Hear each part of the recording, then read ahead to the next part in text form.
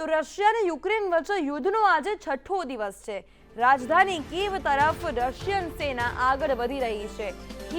કીવ ખાર્કિવમાં રશિયાનો બોમ્બમારો યથાવત રહ્યો છે। રશિયાએ વેક્યુમ બોમ્બથી હુમલો કર્યો હોવાનું યુક્રેને જણાવ્યું છે। તો બીજી બાજુ યુક્રેન સંકટ પર યુએનએસસીની ફરી બેઠક મળવાની છે।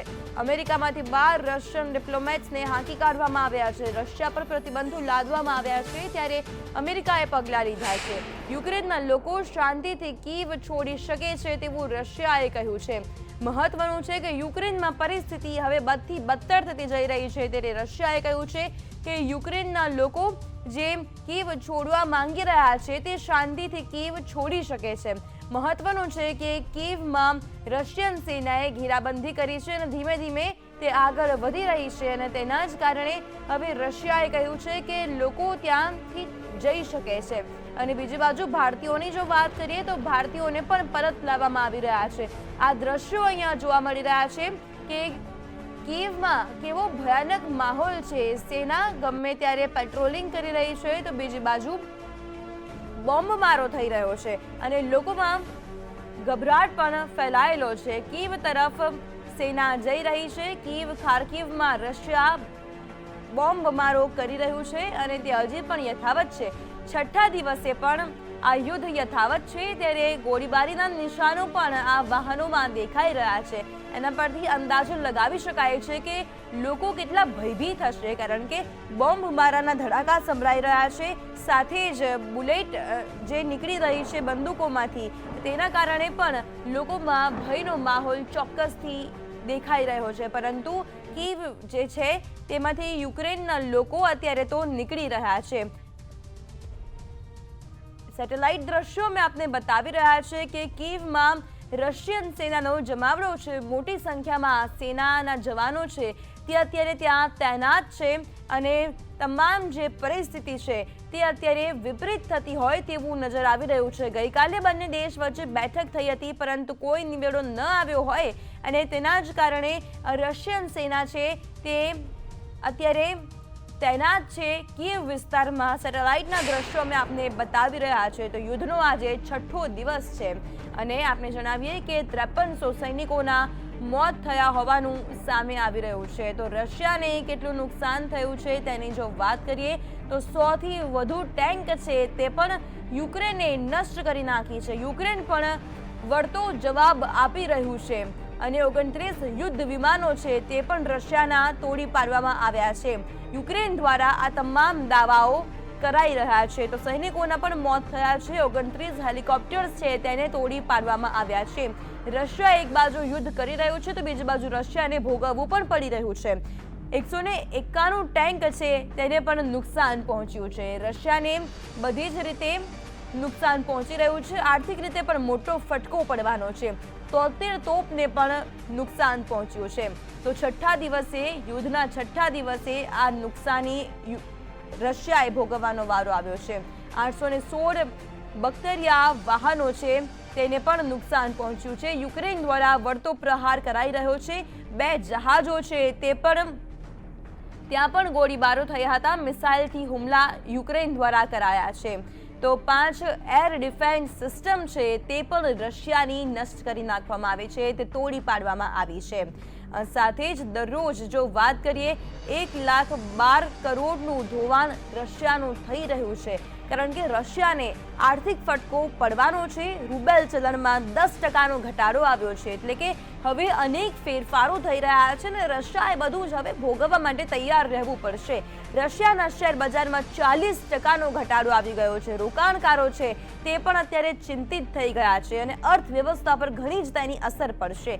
ડોલર, યુરો, પાઉન્ડમાં વેપાર પર પ્રતિબંધ મૂકી દેવામાં આવ્યો છે। તમામ જે બીજા દેશો છે તે રશિયા પર પ્રતિબંધ મૂકી રહ્યા છે।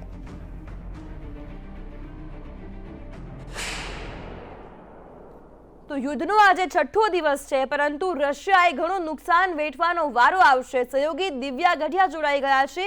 દિવ્યા, યુદ્ધ તો ચાલી રહ્યું છે યુક્રેનમાં, ખાના ખરાબી અને જ્યાં જોઈએ ત્યાં તબાહીના દ્રશ્યો છે, પરંતુ રશિયા જે હુમલો હજી પણ રોકી નથી રહ્યા, બોમ્બમારો કરી રહ્યા છે અને નુકસાન પહોંચાડી રહ્યા છે યુક્રેનને. યુક્રેન દ્વારા વળતો પ્રહાર થઈ રહ્યો છે, જવાબ આપવામાં આવી રહ્યો છે. રશિયાને મોટું નુકસાન પડી રહ્યું છે. એ પછી જવાનોના મૃત્યુ હોય કે પછી ટેન્કને નુકસાન પહોંચ્યું હોય, તેમના એરક્રાફ્ટ છે તે તોડી નાખવામાં આવ્યા છે. સાથે જ આર્થિક રીતે પણ હવે રશિયાએ ભોગવવા માટે તૈયાર રહેવું પડશે. ચોક્કસથી ઝીલ, જે રીતે અત્યારે રશિયાને તો આર્થિક નુકસાન થઈ જ રહ્યું છે, આ સાથે સાથે જે યુક્રેન છે તેમાં અત્યારે રશિયા દ્વારા સેના જે છે તે વધુ મોકલવામાં આવી રહી હોય તે પ્રકારની પરિસ્થિતિ છે. ગઈકાલે કે જ્યારે આ બંને દેશ વચ્ચે મંત્રણાની શરૂઆત થઈ હતી, એ પહેલાં યુક્રેન દ્વારા જેવું કહેવામાં આવ્યું હતું કે રશિયા દ્વારા હુમલાઓ ઓછા કરવામાં આવ્યા છે, પરંતુ જે મંત્રણા ગઈકાલેથી તેનો કોઈ જ નિવેડ નથી આવ્યો. તે માત્ર ને માત્ર ઔપચારિક મંત્રણા રહી છે અને ત્યારબાદ રશિયાના હુમલાઓ વધી રહ્યા છે તે પ્રકાર પરિસ્થિતિ, અને ન માત્ર હુમલાઓ વધી રહ્યા છે પરંતુ ખૂબ જ મોટો સૈન્ય જમાવડો જે છે તે રશિયા દ્વારા કરવામાં આવી રહ્યો છે. રશિયા ડે 1 થી એવો પ્રયાસ કરી રહ્યા છે કે તે કીવ પર હુમલો કરે અને કીવને પોતાના કબજામાં કરે, પરંતુ કીવથી પણ સતત તેમને જડબાતોડ જવાબ મળી રહ્યો હતો, ને એટલે અત્યાર સુધી કીવ તેમના હાથમાં નથી આવ્યું. પરંતુ હવે રશિયા દ્વારા કીવ સુધી પહોંચવા માટે ખૂબ જ મોટો સૈન્ય જમાવડો મોકલવામાં આવ્યો છે અને તેના સેટેલાઇટ દ્રશ્યો સામે આવ્યા છે. એ દ્રશ્યો ઉપરથી એવું જાણી શકાય છે કે જે જમાવડો છે, જે સૈન્ય વાહનો છે તે અંદાજે 64 કિલોમીટર લાંબી લાઈનોમાં ઊભા છે. એટલે એ અંદાજો લગાવી શકાય કે કેટલો મોટો જમાવડો અત્યારે રશિયા દ્વારા યુક્રેન ઉપર, કીવ ઉપર હુમલો કરવા માટે મોકલવામાં આવ્યો છે. બીજી બાજુ ન માત્ર કીવ પરંતુ અન્ય જે તમામ મોટા શહેરો છે, ઓખિર્તકા હોય કે પછી ટર્નોપિલ હોય, રીવ હોય, વોલ્વિન હોય, આ તમામ એવા વિસ્તારો છે કે જ્યાં રશિયા દ્વારા હુમલાઓ વધારી દેવામાં આવ્યા છે. અનેક એવા દ્રશ્યો પણ સામે આવ્યા છે કે જ્યાં યુક્રેનના જે સૈન્ય જહાજો છે, સૈન્ય વાહનો છે તે બળીને ખાખ થઈ ગયા હોય. અનેક વિસ્તારોમાં હજુ એવા પણ દ્રશ્યો મળી રહ્યા છે કે રસ્તાઓ પર લાશો પડી હોય. યુક્રેનના 70 જેટલા જવાનોના મોતના સમાચાર પણ સામે આવી રહ્યા છે. જો કે યુક્રેન દ્વારા સતત દાવો કરવામાં આવ્યો છે કે આ યુદ્ધમાં રશિયાના જવાનોનું વધારે નુકસાન થયું છે. 5000થી પણ વધુ રશિયાના જવાનો જે છે તેઓને ઠાર કરવામાં આવ્યા હોવાનો યુક્રેન દાવો કરી રહ્યું છે.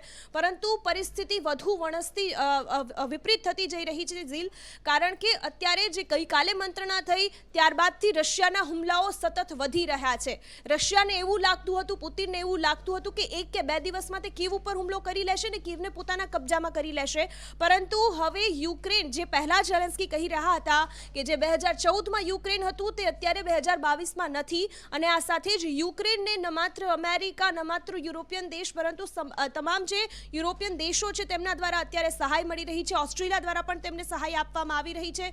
સૈન્ય જમાવડો, સૈન્ય વાહનો તેમને આપવામાં આવી રહ્યા છે, સૈન્ય ઉપકરણો તેમને આપવામાં આવી રહ્યા છે, અને એટલા જ માટે યુક્રેન પણ એટલું જ જવાબ આપી રહ્યું છે, જડબાતોડ જવાબ રશિયાને આપી રહ્યું છે. પરંતુ હવે રશિયા જે છે તે સૌથી વધુ હુમલાઓ કરી શકે છે, અત્યારે કરે જ છે, અને એ હુમલાઓમાં સૌથી મોટો ડર ન્યુક્લિયર વેપનનો છે કે જેના વિશે ગઈકાલે રશિયા દ્વારા કહેવામાં આવ્યું હતું કે અમારા ન્યુક્લિયર વેપન તૈયાર છે. બિલકુલ દિવ્યા, આપનો આભાર જાણકારી આપવા માટે.